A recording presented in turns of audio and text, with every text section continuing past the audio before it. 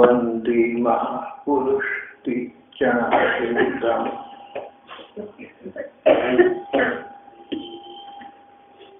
राजस्थान में उमा जी नाम की एक मीरा जी सरीखी भक्त हूँ। मीरा जी सरीखी एक भक्ता की कथा वृत्तांत कल हो कर चुकी है, कर बैठती हुई है। और उमा जी मटियानी ये भी मीरा जी से कुछ मिलती है।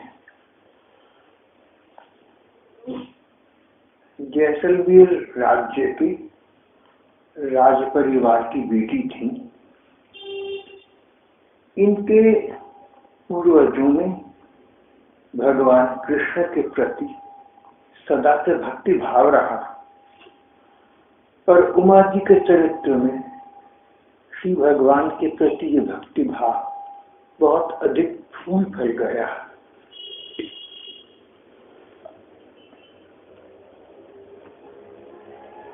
उमा जी चाहती थी मीरा कर्मैकिति की तरह, चाहती थी विवाह न हो।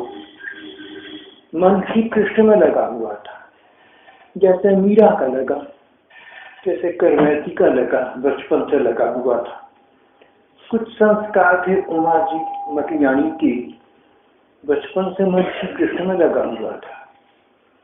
श्री कृष्ण को ही अपना परम प्रियतम परम पति, अपना सर्वस्व मानती थी। 400 वर्ष पुरानी घटनाएं हैं ये, तब देश की स्थिति आज वाली नहीं थी। सच बात यह है कि हम लोग कल्पना करके या इतिहास पढ़कर भी ये कल्पना नहीं कर सकते कि वो समाज, उस जमाने की स्थितियां किस प्रकार की थी। जैसे उस युग के लोग ये कल्पना नहीं कर सकते थे कि हम लोग आज कैसे होंगे। जवाहरलाल नेहरू ने एक स्थान पर लिखा है कि हम पुरानी बातों को आजकल के विचारधाराओं से नहीं तोड़ सकते और न आज की बातों को पुरानी बातों के स्तर पर पुरानी तराजू से तोड़ सकते। We cannot judge the past with the standards of present, and we cannot judge the present with the standards of the past. अब देखिए आप, अकबर बादशाह हिंदुस्तान के जहां पर ना, कभी वो कल्पना कर सकते थे कि मोबाइल नाम का एक फोन होता होगा? Could he imagine? नो। अरे उनकी क्या बात है, क्यों नहीं एलिजाबेथ आज ही दुनिया की महारानी थी? क्या वो सोच सकती थी कंप्यूटर नाम की कोई मशीन निकलेगी? कुछ भी नहीं, सोच भी नहीं सकती थी। और एक लेखक ने कहा, शायद उनका नाम हरीश मेहता है, किसी अखबार के संपादक थे, एक पाक्षिक पत्र की। उन्होंने कहा कि आज से 100 वर्ष के बाद जो संसार होगा वो कैसा होगा, इसकी हम कल्पना आज नहीं कर सकते। उदाहरण के लिए उन्होंने कहा कि कोई चीज आपसे खरीदनी हो तो आपको ऑनलाइन शॉपिंग को लोग मजाक उड़ाया करेंगे। 100 बरस के बाद के बच्चे आप लोगों का मजाक उड़ाया कि आप ऑनलाइन शॉपिंग करते थे, आप मोबाइल और कंप्यूटर या लैपटॉप पर अपना ऑर्डर देते थे बम्बई से या अमेरिका से चीज़ें जाया करके। इतने दखयानुस जितने पुराने जमाने के लोग थे आप। नेता कहते हैं कि मेरे विचार से 100-200 के बाद कन्वेयर बेल्ट सिस्टम लागू हो जाएगा। आपने घर में सोचा 2 केजी उड़द की दाल और आपके सामने आ गई। इस युग के बच्चों को जब पता लगेगा, पहले ऑनलाइन शॉपिंग होती तो आपका मजाक उड़ाया करेंगे। ये जो बुढ़े बैठे हैं ना, ये टेलीफोन में कहा करे थे कहीं चीजें भेज दे, दादाजी टेलीफोन में कहा गए थे, सब बच्चे हंस रहे हैं। आपका मजाक उड़ रहा होगा आप लोगों को, जो अपने आप को आज फेस्टिवल समझते हो तो फैशन का मजाक उड़ रहा होगा। जैसे हम लोगों के लिए आजकल बहुत सी चीजें कितनी नई निकल आई हैं, लेकिन क्वीन एलिजाबेथ, क्वीन विक्टोरिया, बादशाह अकबर, उनको सोच नहीं सकती थी। तो मीरा जी का, करमैती का, उमा जी का किस प्रकार का कार्यकाल था, कैसी परिस्थितियां समाज की थी, यातायात की, आवागमन की कैसे साधन थे, क्या कठिनाइयां थी, क्या सुविधाएं थी, कुछ सोच नहीं पाएंगे हम लोग। जितना इतिहास में लिखा है, जितना हम उसे समझ पाए, बस उतना ही है, उतना ही पर्याप्त है उनके भक्ति भाव की दृष्टि से। उमा जी जब विवाह योग्य हुई तो उनका विवाह जोधपुर राजनगरी के राजा रावमाल देव से हो गया। राजा रावमाल देव जोधपुर के राजा थे, राजनगरी के सम्राट थे, रियासत के बादशाह थे और हिंदुओं में सबसे बड़े राजा माने जाते थे। सारी देश में चर्चा हो गई कि रावमाल देव जी के साथ जैसलमेर की एक बेटी का, राज परिवार की कन्या का, उमा जी का विवाह हुआ है। राजा मालदेव की पहले भी एक पत्नी थी, उनके प्रति इनका बहुत अनुराग था। वो सुंदर थी, गुणवती थी, पर किसी कारणवश उसके बड़े लड़के को राजा ने अपने पास रखना उचित नहीं समझा। वो उदयपुर में जाकर रहा करता था, वहां का एक प्रकार का राजा बन गया। उन दिनों राजस्थान की प्रथा थी, विवाह के पश्चात पति पत्नी कुछ समय पत्नी के माता पिता के घर रहा करती थी, पति की ससुराल में उनका संपर्क होता था। प्रथम मिलन के दिन राजा मालदेव उमा जी से मिलने की प्रतीक्षा में बैठे थे। उनको उमा जी के गुणों का पता था, उमा जी की सुंदरता का पता था, उसकी प्रतीक्षा में थे। उमा जी को आने में विलंब हो रहा था। राजा मालदेव ने उमा जी को जल्दी आने के लिए एक सेवक से कहलाया। उमा जी उस समय आरती सजा रही थी। दासी से कहा, जाकर कह दो आरती तैयार करके अभी आ रही है। दासी बहुत सुंदर थी। देखो भाई, कहानियां फिल्में तो तभी बनती हैं ना। सुना था कि उमा जी बहुत सुंदर है। उमा जी की जितनी सुंदरता की कल्पना राजा ने की थी, उनकी दासी लगा ये तो बहुत अधिक सुंदर है। यहां तक कि वो उसके प्रति आसक्त हो गए। अब उनका मन ये न रहा कि उमा जी जल्दी आ जाए। सोचा बेकार जल्दी करी, ये सेविका अच्छी है, और कुछ ना कुछ बात कर करके बहाने से उसको पास बिठाई रखा और प्रकार प्रकार की इस प्रकार की वार्ताएं करने लगी कि जब अचानक उमा आरती की थाली कराई, वो समझ गए कि राजा मालदेव एक चरित्रहीन व्यक्ति है जो दासी की सुंदरता पर आसक्त हो चुका है, मेरे योग्य नहीं है। उन्होंने भगवान कृष्ण का धन्यवाद किया।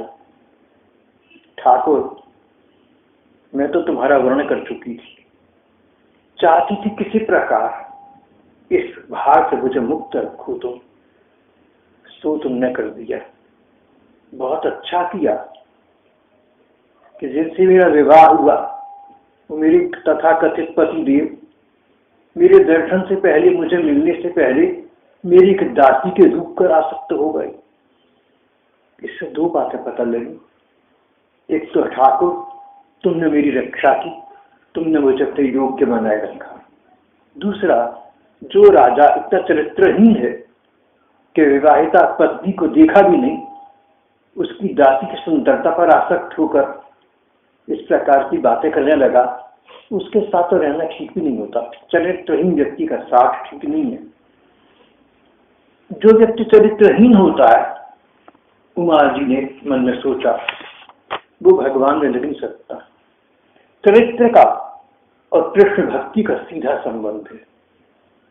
ये हो ही नहीं सकता कि चरित्रहीन व्यक्ति, दुराचारी व्यक्ति भगवान के प्रति भक्ति भाव रखता। और संयोग की बात, अभी कुछ वर्षों पहले श्री साईं बाबा ने कहा कि भक्ति ये 70% सच्चरित्रता है, भक्ति मार्ग 75% कैरेक्टर। मुझे साईं बाबा की ये बात बहुत अच्छी लगी थी। चरित्र का अर्थ होता है नियत का नेक होना। चरित्र का मतलब भाव भावना की पवित्रता, नियत का नेक होना। तुम जहां हो नेक नियत हो, नियत में तुम्हारी खोट नहीं है, नियत में तुम्हारी कोई खराबी नहीं है।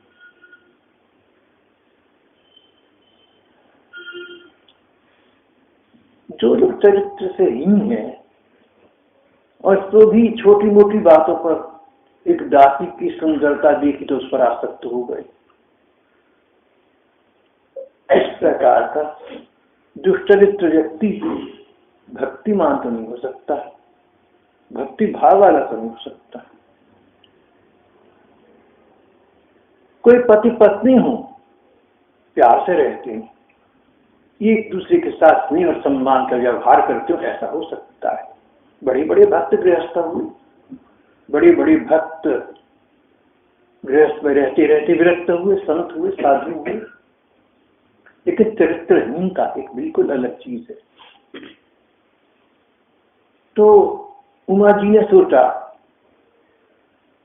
कुछ ऐसा सा, जाके प्रिय न राम वैदेही तजिताही कोटि वैधि समझद्यपि परम सनेही।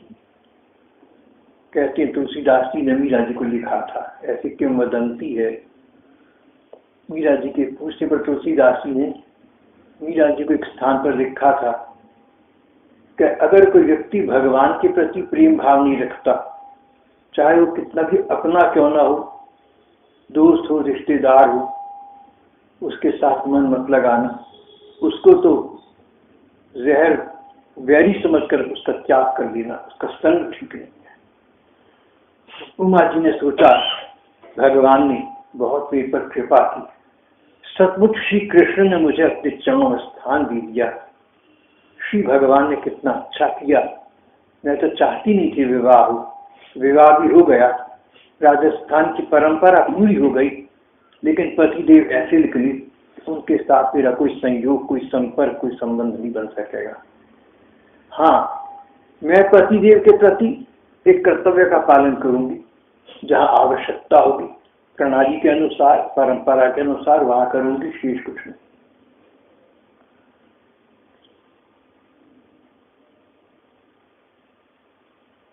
उमा जी ने आरती हुई पटक दी और वापस चली गई।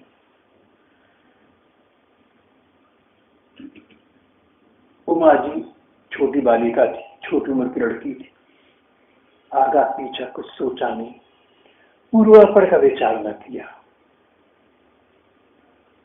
एक राजा का अपमान करना, वो भी राजा घर में आया हुआ हो तब उसका, उन दिनों जरा जरा सी बात तो युद्ध हो जाया करते थे रियासतों के बीच। राजा को त्यागने का अर्थ राजा का अपमान और शायद युद्ध। राजा को त्यागने का दूसरा अर्थ अब तो रानी कहलाती, महारानी कहलाती, वो नहीं कहलाएगी। उमा जी ने कुछ विचार न किया। श्री कृष्ण के प्रति भक्ति भाव था, उसमें खोई रहती थी। उनको ये लगता ही नहीं था कि संसार में श्री भगवान के अतिरिक्त सचमुच कोई अपना हो सकता है? अपनी तो एकमात्र भगवान है। संसार में कोई अपना है तो भगवान के नाते अपना हो सकता है। भगवान से स्वतंत्र कोई अपना नहीं होता। घर के लोग हों, रक्त संबंधी हों, इष्ट मित्र हों, कोई अपना नहीं है। ये तो सब मोह ममता के नाते हैं, प्रायः स्वार्थ के नाते हैं। ये वास्तविक नहीं है, ठहरने वाली नहीं है। नाता है तो भगवान का या उन जनों का जो भगवान के माध्यम से परिवर्तन है। भगवान का और संत भक्तों का नाता ही वास्तविक है। शेष सब तो छाया है, शेष सब तो माया है, शेष सब तो कल्पना है, यथार्थ दूर है। उधर दूसरा घटनाक्रम ये हुआ कि राजा ने ये नाटक देखा। जिनसे उनका विवाह हुआ था वो पत्नी आई, थाली वहीं छोड़कर वापस चली गई। उन्होंने अपनी पत्नी को आते और जाते देखा। न जाने उन पर क्या जादू हो गया। बोले केवल शक्ल सूरत की सुंदर नहीं है, लगता है कि कहीं ऊंचे दर्जे की महिला है। वो सब प्रभावित हो गई। इसे संयोग कहो या भगवान की लीला। उनको लगा कि उसने ठीक किया। मैं एक दासी पर आसक्त हो गया था। मेरी पत्नी ने ठीक समझा है, उसका चरित्र अपना उल्टा है। जैसा सुना था कि भगवान कृष्ण को जानती मानती है, वही सच निकला।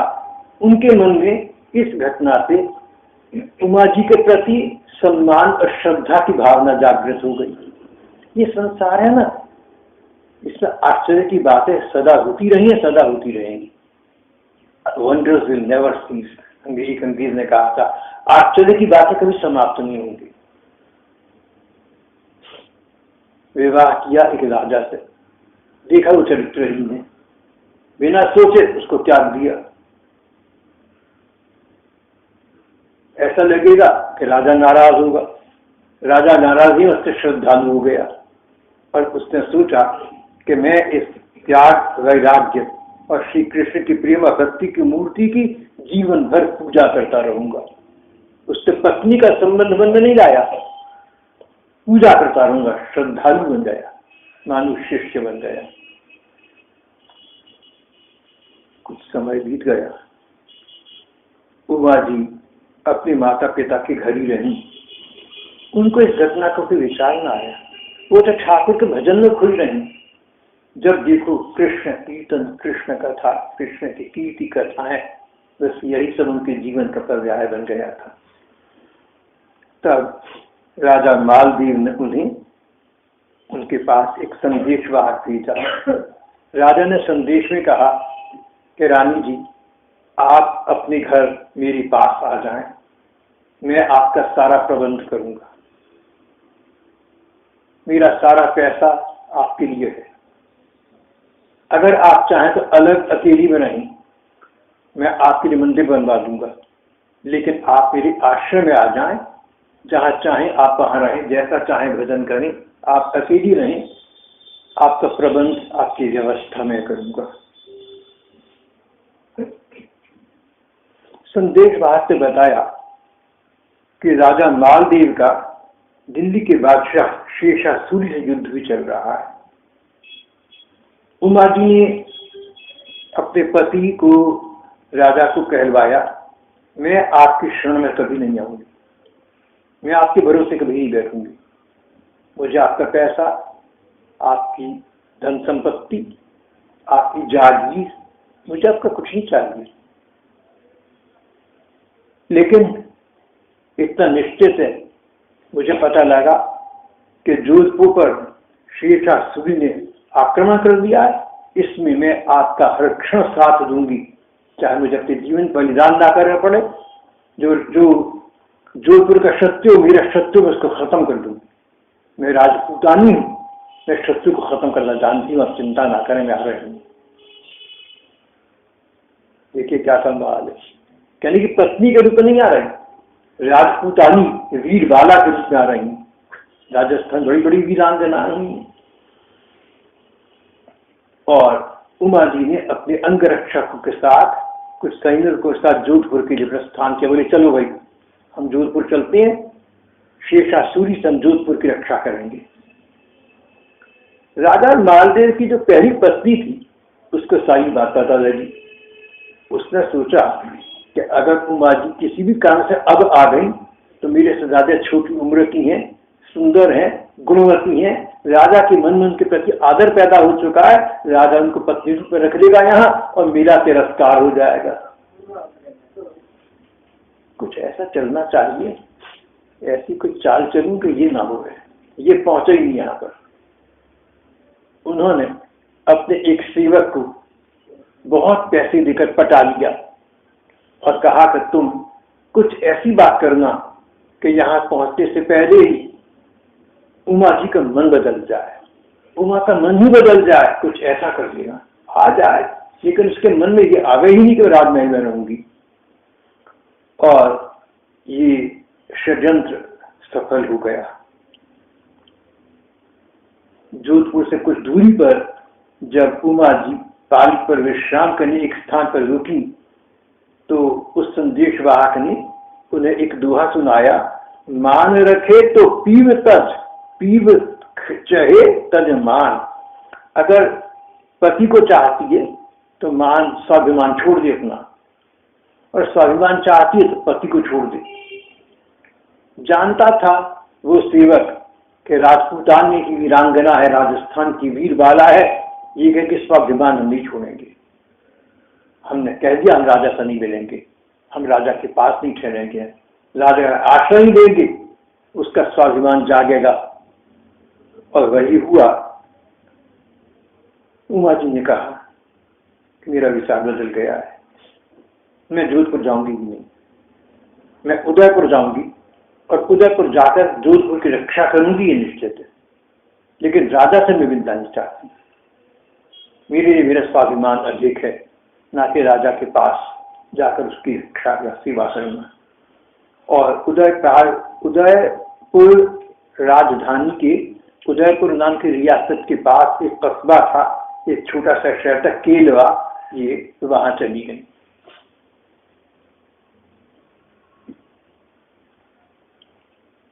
यहाँ पर एक और घटना हो गई।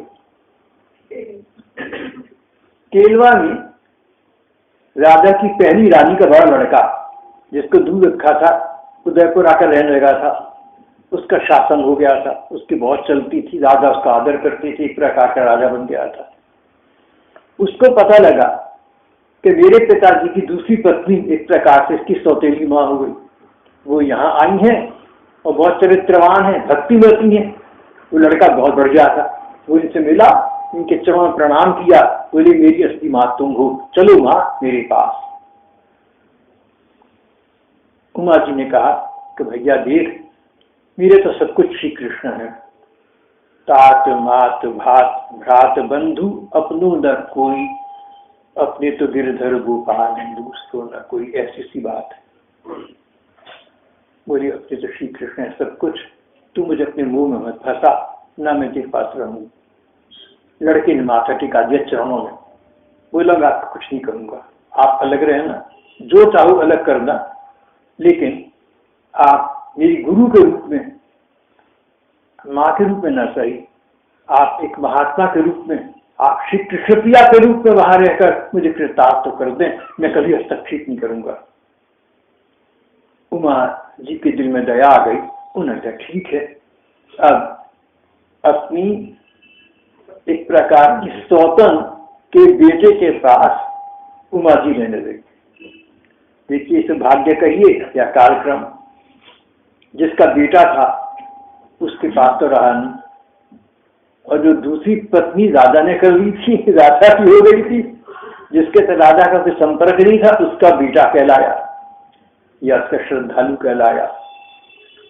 ये केलवा रहने लगी। सारा जीवन उन्होंने केलवा में ही व्यतीत किया, बस भगवान का भजन किया या भगवान के भक्तों की सेवा की। एक घटना एक बार फिर यहाँ घट गई। एक बार एक जाज्वल्यमान तेजोमय संत, चेहरे से पता लगता था कोई महात्मा है, कोई भक्त है भगवान के, एक बार एक जाजल्य मुखड़े के महात्मा उमा जी से मिली। उन्होंने कहा, भाई जी, मुझे अपने गुरुजी का महोत्सव मनाना है। 2000 रुपया 2000 रुपया आज से 400 वर्ष पहले।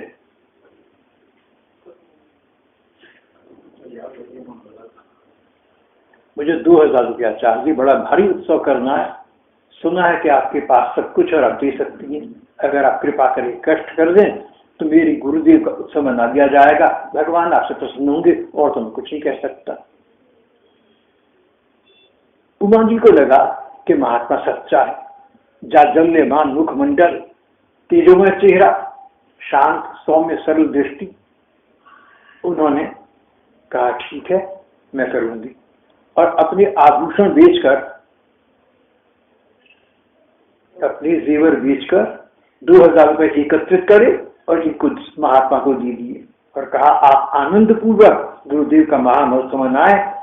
श्री कृष्ण मुझसे प्रसन्न होंगे, मुझे तो यही चाहिए। दूसरे दिन वही सब आभूषण एक एक करके उनके आने में बरस गए। ये एक चमत्कार और हुआ। इनकी कथा लिखने वाली एक महात्मा ने कहा है, नाभाजी ने अपनी भक्तमाल में, कि स्वयं भगवान ही इनके पास इस रूप में आए थे। इनसे आभूषण ले भी गए, इनको वापस कर दिए। भगवान अपनी अनेक प्रकार की लीलाएं कर सकते हैं। भगवान लीला पुरुषोत्तम कहलाती हैं। भगवान कृष्ण को लीला पुरुषोत्तम कहा गया है।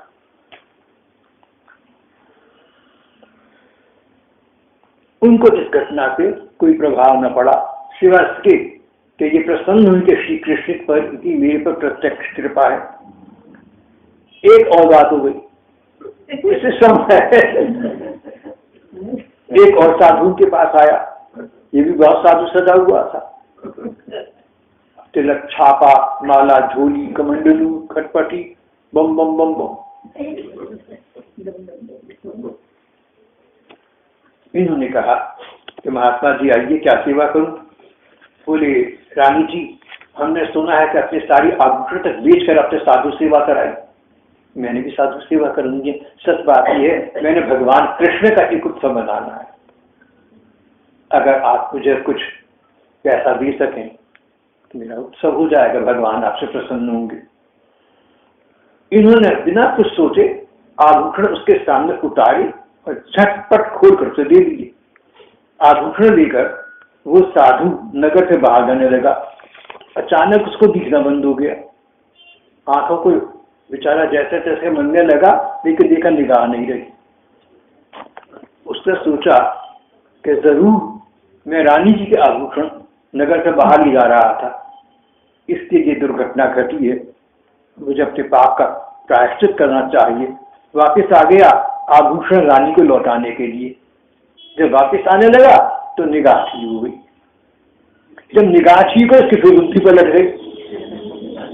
उसने सोचा कि जो मेरी निगाह जाती रही, हो सकता है संयोग की बात, चांस रहा हो, और कम से कम भगवान की इच्छा ये तो है कि मैं आभूषण लेकर नगर के बाहर ना जाऊं। तो मैं नगरी में रहूंगा, बाहर नहीं जाऊंगा, लेकिन आभूषण अपने पास रखूंगा। रात हुई, चैन से सो गया। रात को उसे एक सपना दिखा। कोई दिव्य पुरुष धमका रहा है, अरे मूर्ख, तुझे अब भी ज्ञान नहीं हुआ? देख, भगवान के भक्त के धन को भक्त ही बचा सकते हैं, तेरे जैसे ढोंगे नहीं, तेरे जैसे ढोंगी नहीं। वापस करके सारी आभूषण रानी को आजा, नहीं तो तेरा कल्याण नहीं होगा। आंखें खोली, डर गया। ये कोई ढोंगी साधु था। जब ये सुना ना कि सचमुच इससे रानी ने आभूषण दे दिए थे, सोचा मुझे भी दे देगी, मैं भी फरार हो जाऊंगा, भाग लूंगा।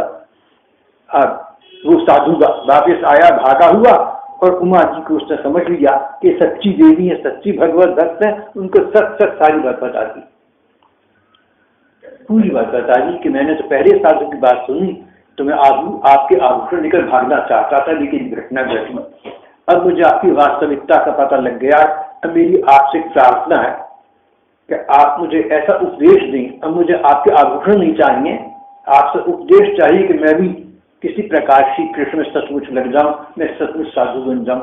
मैं तो साधु का वेश बनाकर आया था, मैं तो साधु सजकर आया था, लेकिन सचमुच साधुइज्म ऐसा आपने कुछ उपदेश ने। उमा जी ने थोड़े से शब्दों में कहा कि भगवान का भजन करो, नाम का जप, रूप का ध्यान, लीलाओं का चिंतन, साधुओं का संग, भक्तों की सेवा, बस तर जाओगे। साधु इनके चरण प्रणाम करके वापिस चला गया। काफी वर्ष बीत चुके थे। राजा मालदेव का शरीर शांत हो गया। उमा जी ने सोचा कि राजस्थान की परंपरा है कि राजाओं के साथ रानियां सती हो जाती हैं। अगर मैं इनके साथ सती हो जाऊं तो संसार रूपी इस सागर से मुझे मुक्ति मिल जाएगी। मैं कहाँ जाऊंगी? शरीर छूटेगा मेरा सीधी भगवान कृष्ण के पास। श्री कृष्ण को पता है कि मैं उनके धाम आने के लिए अपने आप को सती कर रही हूं, अपने पति को दोबारा प्राप्त करने के लिए नहीं, स्वर्ग के लिए नहीं। और लोगों के समझाते समझाते उन्होंने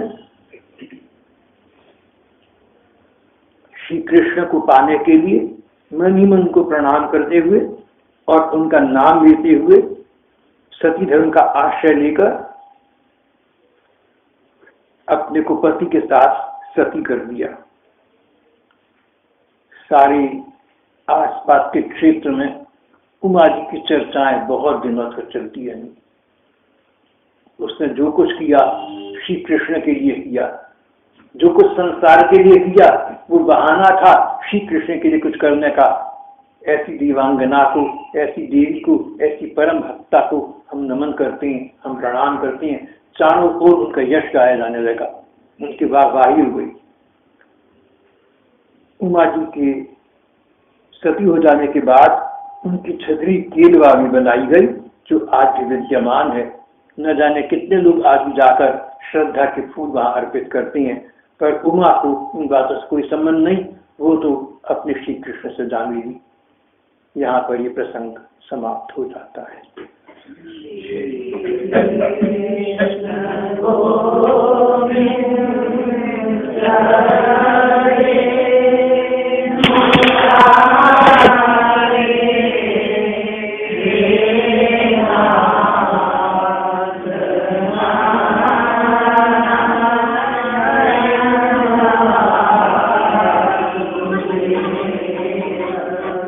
Shri